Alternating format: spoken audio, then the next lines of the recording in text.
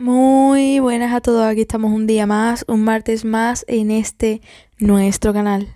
Recordad quedarse hasta el final porque si no YouTube no notifica de que he subido vídeo nuevo. Suscríbete si todavía no lo has hecho y abajo en la cajita de descripción os dejo todas mis redes sociales. Y bueno, sin nada más que decir, comenzamos.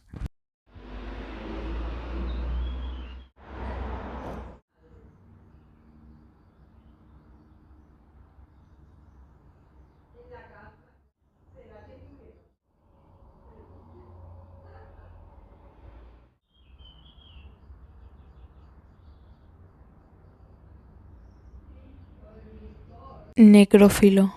Esta historia es en anónimo. Había dudado bastante en contarte mi experiencia, debido a lo asquerosa y grotesca que es. Hace algunos años conseguí un trabajo como afanadora en un hospital y me habían asignado el área de tococirugía para ayudar a la señora Delia, debido a que era un área bastante ajetreada, aunque rara vez descansábamos. Me había acostumbrado rápidamente al ritmo de trabajo. Lo malo es que debíamos rotar los turnos y por ende me tocaba una semana de día y otra de noche. La señora Delia y yo nos llevábamos de maravilla con el personal de ambos turnos. Por eso imagino que se atrevieron a pedirnos que cubriéramos el área de la morgue. Lamentablemente había ocurrido un fuerte accidente donde los involucrados eran unos jóvenes de entre 19 y 25 años. Al llegar pudimos ver cómo estaban bajando los cuerpos de los chicos que habían perdido la vida de camino al hospital, y uno de los canilleros tocó el seno de una de las dos jovencitas que habían llegado. El otro camillero hizo un gesto de desaprobación, pero no le dijo nada. Podía ver la lujuria en sus ojos, y mientras el doctor firmaba el ingreso de los cuerpos, ese canijo de Jaime le faltaban manos para tocar a las jovencitas. No fue hasta que el doctor volteó y al verlo, muy enfurecido, le pidió que se retirara del lugar. Yo me acerqué muy disimuladamente a bajarle la blusa que ese malnacido le había subido para tocarla. La señora Delia me platicó que Jaime llevaba muchos años trabajando ahí y que había ciertos rumores sobre los extraños gustos de él. ¿A qué se refiere con eso, doña Delia?, le pregunté curiosa. Mira, hijita, a mí no me hagas mucho caso, pero por ahí cuentan las malas lenguas que ese desagradecido tiene intimidad con los pobres muertos. Déjese de broma, doña Delia, eso es algo muy bien delicado. Aparte, si fuera cierto, ¿usted cree que lo tuvieran trabajando aquí?, le respondí desconcertada. Pues por eso te digo, es lo que dice la gente, sepa Dios cuál será la verdad. Pero a ese canijo lo tienen trabajando aquí porque su tío es el director del hospital, y ni quien lo diga nada. Aparte, ¿no se te hace raro que solo quiera turnos de noche? No, doña Delia, ¿cómo cree? De seguro les pide porque tiene cosas que hacer por la mañana, ¿no cree? O porque se le ha de hacer más corto el tiempo en la noche. No, qué fregados. Este condenado mañoso pide estos turnos para poder hacer sus fechorías, sin que nadie lo pueda hacer. El doctor de la noche solo viene cuando le avisa que llegaron los cuerpos. Nos quedamos calladas cuando vimos que se acercaba el doctor Ramírez. ¿Todo bien, muchachas?, nos dijo con un tono amable.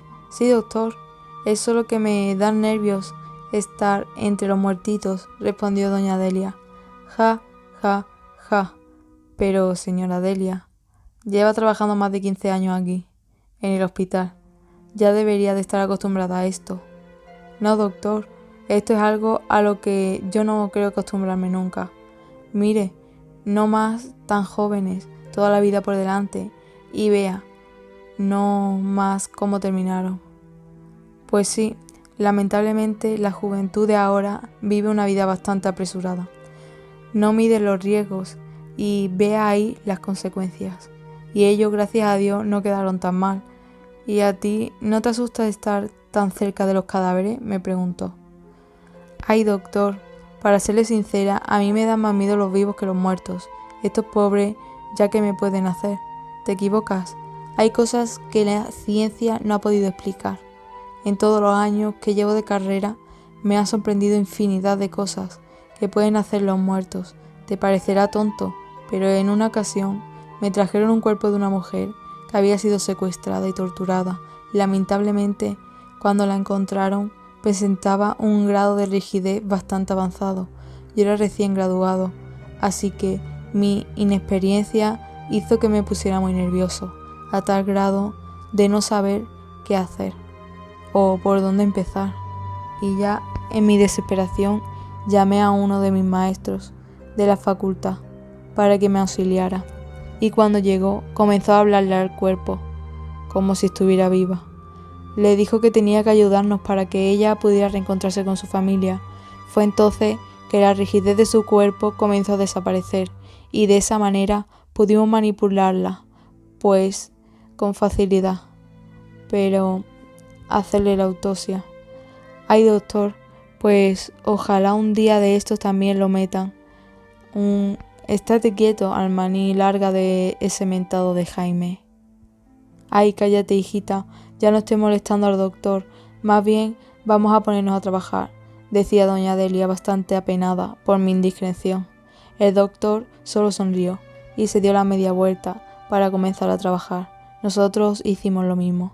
Trabajamos de hacer menos ruido, posiblemente para no distraer al doctor. Después de que algunos minutos llegó la hora de nuestro descanso, así que le dijimos al doctor que saldríamos a cenar algo. Estábamos terminando de cenar cuando se acercó Andrés, uno de los guardias de seguridad, para ver si no teníamos su encendedor para prender un cigarro. Le dijimos que no, y cuando estaba por irse pasó Jaime por frente de nosotros fumando, a lo que yo le sugerí que se lo pidiera a él, pero Andrés se negó de inmediato. Dijo que él jamás le pediría nada a ese monstruo, y al preguntarle por qué, esto fue lo que respondió. Hace 5 años entré a trabajar aquí al hospital. Una de mis primeras guardias fue en la morgue. Ese día había sido demasiado pesado. Según me comentó mi compañero que había estado en el turno de día, ya para las 11 de la noche estaba todo muy tranquilo, y eso provocó que me quedara profundamente dormido. Cuando me despertó unos ruidos que se escuchaban en la habitación de al lado, me levanté muy despacio para que no pudiera escucharme él o la intrusa. Y vaya sorpresa que me llevé. Cuando entré, pues estaba Jaime encima de uno de los cadáveres, que se encontraba en una plancha.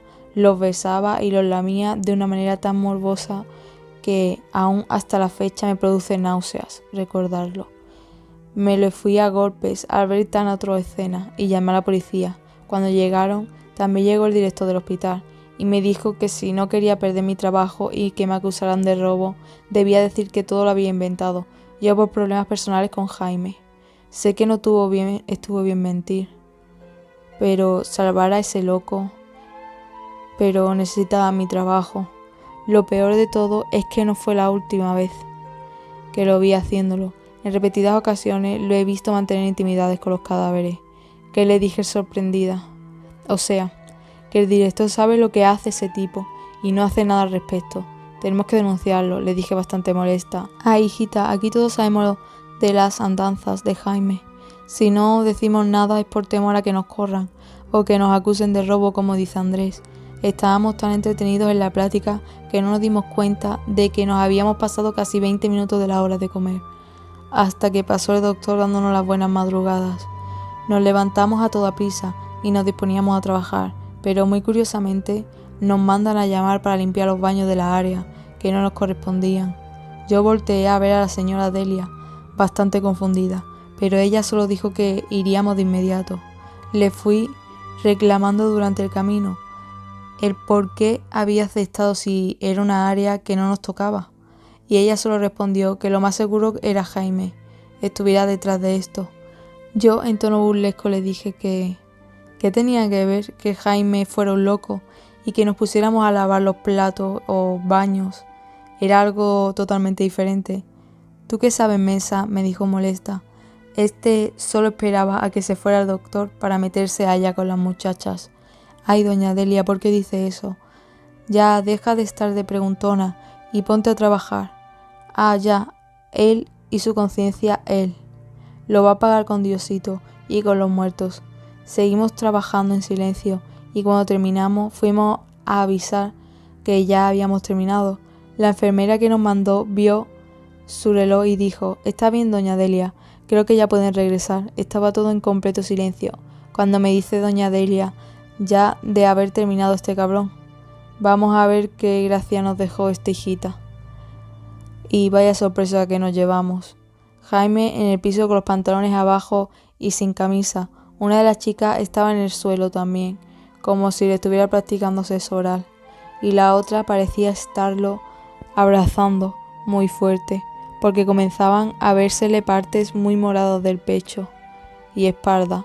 Corrí a pedir ayuda y al llegar médico y enfermera quedaron horrorizados al ver tal escena.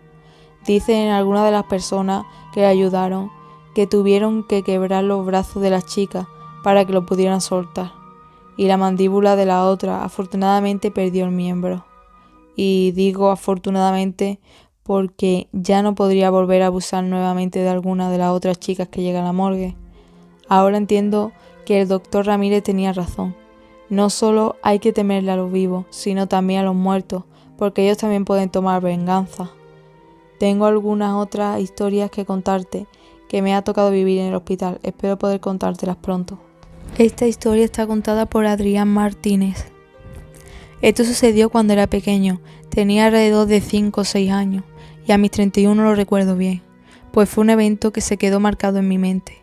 Había fallecido una de las tías de mi madre, a la cual ella estimaba mucho, pero a mí siempre me causó miedo.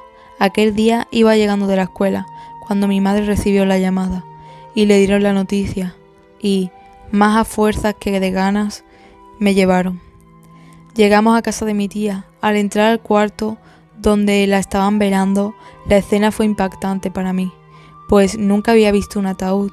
Tomé asiento en una de las sillas. No me permitieron moverme, ni siquiera para salir al patio. Traté de distraerme en cualquier cosa, pero mi mirada siempre se encontraba con el ataúd.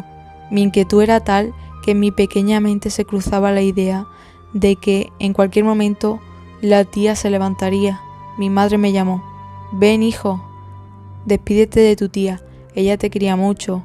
Me levantó hasta el ataúd y no sé cómo explicarlo, pero ver la imagen del cadáver de la tía fue demasiado impactante, algo que no superé en mucho tiempo. Pero lo peor vendría después. Por alguna razón empezaron a pasar cosas raras en casa de la abuela, a quien visitábamos cada fin de semana. Mi madre y mis hermanas siempre se quedaban juntas en un cuarto. Yo prefería quedarme aparte. Ya me sentía lo suficientemente grande y me quedaba solo en la casa, en un sofá cama. Por un par de semanas me despertaba asustado con la imagen del ataúd, con el rostro de la tía. Cuando me levantaba asustado, veía una sombra en la puerta de la sala. Solo estaba ahí por un instante y después se retiraba. Aquella noche desperté. La sala se notaba más oscura de lo normal y aún así noté a esa sombra. Lo peculiar de ese momento es que se escuchaban susurros, cuchicheos que no había escuchado antes. Y lo más raro es que la sombra ahora se acercaba a mí. Traté de controlar mi miedo, tapé mi cara con las cobijas. «Todo está bien, no pasa nada», me decía una y otra vez. «Reza por mí», me dijo una voz al oído. Por más alto que quise, no soporté y salí, corriendo al cuarto donde estaba. «Mamá, mamá, me están asustando». «Tranquilo, hijo, no pasa nada, todo está bien. Ven, acuéstate conmigo». Hasta la fecha, no sé qué vio mi madre ese día, solo recuerdo que me abrazó con mucha fuerza y nos quedamos dormidos. Mi segundo esposo. Esta historia es anónima. Hace unos años enviudé. Mi esposo murió en un accidente automovilístico. En el lugar donde ocurrió el accidente no encontraron los restos de mi esposo fallecido, solo su auto y el cadáver de su acompañante, una mujer. Jamás supe la relación que tenía con la dama y las autoridades lo declararon muerto. Lloré su ausencia muchos años y lo extrañé mucho. Siempre buscaba hombres que se parecieran a él física y en su forma de ser, pero siempre había algo que me decía que no era él. Él jamás volverá. Decidí mudarme cerca de donde ocurrió el accidente. Quería olvidar y pensé que así enfrentaría la realidad. Sería más fácil. Me cambiaron de sucursal, en mi trabajo, más cerca de donde ahora vivía. Un día decidí salir a conocer el lugar. Tiendas, bancos, lugares creativos, etc. Entré a un bar y conocí a un hombre. Juraba y perjuraba que era mi difunto esposo. Él se llamaba Andy. Mi difunto se llamaba Ian. Me enamoré de Andy. Era mi amorcito, mi Ian. Comenzamos a salir unos meses. Tenía tantas cosas parecidas en su persona como era mi marido. Dios mío, no podía creerlo. Pasaron 6 meses y nuestra relación era maravillosa, tal cual era con mi difunto marido. Andy me pidió matrimonio y acepté. Pero antes de casarnos se fue a vivir conmigo y empezó todo. Él hablaba y decía cosas que solo mi difunto y yo sabíamos, secretos, viajes, intimidades. Yo al principio me asusté. Dije, ¿cómo puede ser esto? Él notó mi desconfianza y se volvió el hombre más maravilloso del mundo. Amoroso, cariñoso, atento, servicial, amante en la cama. Salíamos a cenar, a bailar. Era el hombre ideal para mí. Seguimos con los planes de boda y nos casamos. Nos fuimos de luna de miel a Venecia. Fue el mejor viaje de mi vida. Estaba viviendo con él, lo que nunca viví con mi difunto. Bueno, regresamos 3 meses después. Un día tocaron la puerta de mi casa. Eran unos policías notificando que habían encontrado el cuerpo de mi esposo. Yo me salté y sorprendí de la noticia. Fue con ellos identificar el cadáver. Andy nos alcanzó al subir a la patrulla y me acompañó. Me abrazó y me besó y me dijo, tranquila amor, todo saldrá bien. Lo importante es que tú y yo estamos juntos y estaremos siempre juntos. Cuando me dijo eso, sentí un frío inmenso en todo mi cuerpo y su mirada era fría. Me dio mucho miedo. Lo solté y no dejé que me tocara. Cuando llegamos a la morgue, bajamos al sótano, donde tenía varios cadáveres. Llegamos a donde tenían a mi difunto, pero no era él físicamente. Yo grité y dije, asegurando, él no es mi difunto marido. Los policías me dicen, calma señora, quizás no lo reconoce porque ya está en estado de descomposición, pero es su difunto marido. Coinciden las huellas digitales. Es su difunto marido, señora. Andy se acercó a mí y me dice muy bajito, casi en susurros, amor, soy yo. Tuve que dar otra alma a cambio de regresar a tu lado y comenzar de nuevo y ser tu hombre ideal para toda tu vida. Medicina forense, historia contada por Andrés. ¿Saben qué es lo peor de este trabajo? No es tener que atender a los cadáveres, sino ser observado por ellos. Ellos que me hablan, que me preguntan, que me responden. Mi nombre es Andrés, soy médico forense desde hace 5 años. Mi edad, 32 años. He visto cualquier cantidad de muertos, por todas las maneras, que incluso muchos no saben que pueden morir. Tengo un don especial o una maldición, no sé cómo llamarlo. Desde pequeño he podido ver y conversar con los espíritus que deambulaban en la tierra. La razón por la que me convertí en médico forense fue para poder ayudar a las almas en pena. Es muy difícil tratar con algunos porque no aceptan su muerte y otros se resignan poco a poco. Hoy es uno de esos días trágicos. Un niño fue encontrado sin vida en una calle muy peligrosa. Al verlo, no pude evitar derramar una lágrima en mis mejillas. Empecé a hacer la autopsia y el niño me preguntó muy asustado, «Señor, ¿qué me pasó? ¿Por qué estoy así? ¿Qué me van a hacer?» No sabía qué contestar. Un nudo en mi garganta impedía que mis palabras salieran de mi boca. «Escucha, pequeño, tú eres un angelito que va a partir hacia el cielo con Diosito, y yo soy solo una persona que está preparándote para que puedas vivir con él. Pero mi mami y mi papi, ¿ellos dónde están? Solo recuerdo que ellos me levantan de la mano por esa calle donde me trajeron aquí, pero no sé dónde están». Sus padres también iban con él. Entonces, ¿qué les habrá pasado? ¿Será que lo mataron en otro lugar? No lo sé, pequeño. Tal vez ellos te están esperando con Dios en el cielo. ¿Tú me llevarás con ellos? No, mi niño. Solo puedo hacer que tú seas recibido con mucha alegría por otros ángeles. Estuvimos un rato conversando y me llamaron para decirme que la abuela del niño estaba llegando para reconocer el cuerpo del pequeño. Entró la señora y el niño saltó de alegría al ver a su abuelita. Ella, al ver que el cuerpo de su nieto, lloró amargamente. El pequeño le decía que no llorara, que él ahora era un ángel y estaría en el cielo. Luego de terminar la autopsia, se hicieron los trámites y la señora se llevó el cuerpo de su nieto. Cuando ya estaba siendo levantada su alma, corrió hacia mí y me dijo un fuerte abrazo. Me miró y me dijo: «Muchas gracias, doctor». Ahí mismo su alma fue elevada y desapareció, con una sonrisa en su rostro. Esta historia es anónima. Voy a contar lo que me pasó hace 4 años. Nadie me cree esta historia, por eso casi no la cuento, pero fue real. Eran fechas dicembrinas. Yo recuerdo que andaba estresada, porque aún no compraba los regalos de mi familia para Navidad. Estaba en mi cuarto, haciendo la lista de regalos.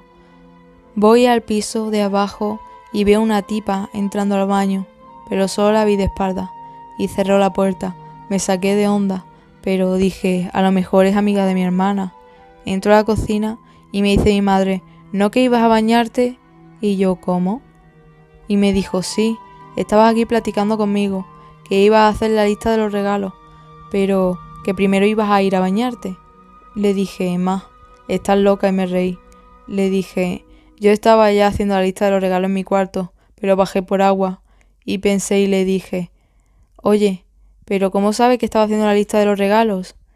Me dice: «Pues tú me dijiste ahorita, no tenías ni un minuto que me lo dijiste, y te fuiste y regresaste». Me saqué de onda, porque yo vi a una tipa entrando al baño. Le dije: «¿Es amiga de mi hermana?» Y me dice: «Aquí no hay nadie, Sandra, solo estamos tú y yo». Fui al baño y en efecto alguien se estaba bañando. Adentro estaba abierta la regadera. Mi mamá y yo hablamos desde fuera que quién estaba en el baño. Nadie nos respondía. Abrimos la puerta y la cortina y no había nadie. Pero el grifo de la regadera estaba abierto, solo que no había nadie. Y yo, recordando cuando vi a la persona esa, tenía el cabello igual a mí y la misma ropa que yo traía. ¿Qué fue lo que pasó? ¿Quién era? ¿Fue alguien que tomó mi forma? ¿O era yo en alguna otra dimensión? ¿Un error en la realidad? Jamás lo sabré. Pues hasta aquí el video de hoy. Espero que os haya gustado, y si es así, dejadme un like, dejadme en los comentarios qué os ha parecido el vídeo, y aparte la palabra de hoy, que va a ser mundo paralelo. Gracias por todo el apoyo y sobre todo que llegáis hasta aquí, muchísimas gracias. Nos vemos el martes que viene. Adiós.